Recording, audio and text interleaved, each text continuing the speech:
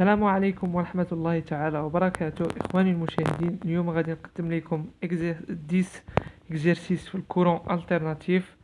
ما تنساوش تضغطوا على صابوني والضغط على الجرس باش يوصلكم الجديد ديالنا. وإلا عجبكم الفيديو وإلا عجبكم الفيديو ما تنساوناش بلايك أو جيم مساعدتنا باش نوصلكم الجديد.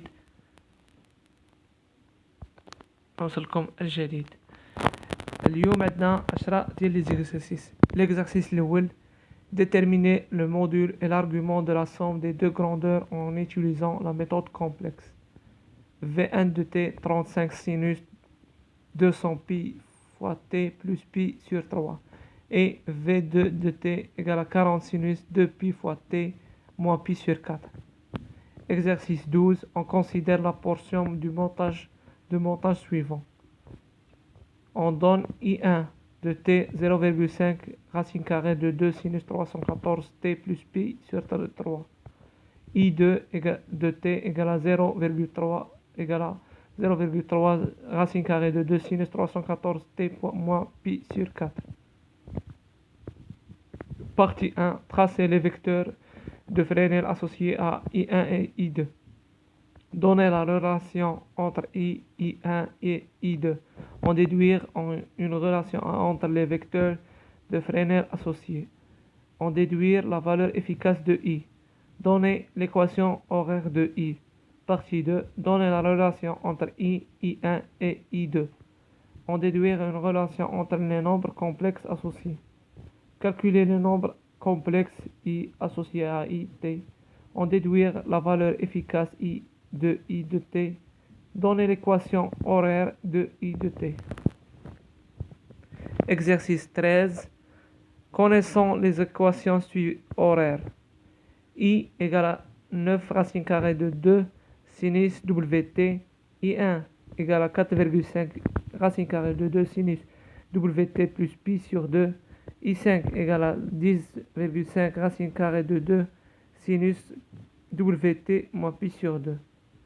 Déterminer I2, I4 et I3. On utilisera d'une part la représentation de Fresnel et d'autre part les notations complexes.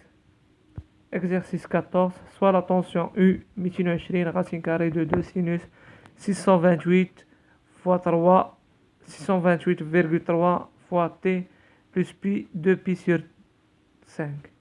Préciser sa pulsation, sa fréquence, sa période en millisecondes, sa valeur moyenne, son amplitude, sa valeur efficace et sa phase initiale en radians puis en degrés. Construire son vecteur de Fresnel 1 cm équivaut à 40 volts. Construire son chronogramme courbe U en fonction de T, 1 carreau pour 100 volts et 1 carreau pour 2 millisecondes. Placer les passages par O0, les maximums et les minimums. Donner l'équation complexe U de T. Exercice 15. On relève à l'oscilloscope sur la voie 1 la tension U de T aux bornes d'un circuit et sur la voie 2 la tension U G de T aux bornes d'une résistance du circuit. Mesurer le déphasage phi de I par rapport à U. Calibre 0,2 volts sur division. Base de temps 50 US par division.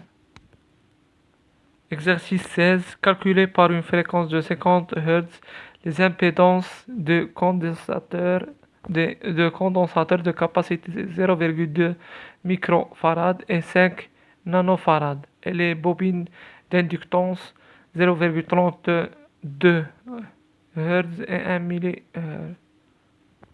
On applique une tension de 140 volts 50 Hz à chacun des récepteurs élémentaires précédents. Calculer les valeurs efficaces des courants qui en résultent.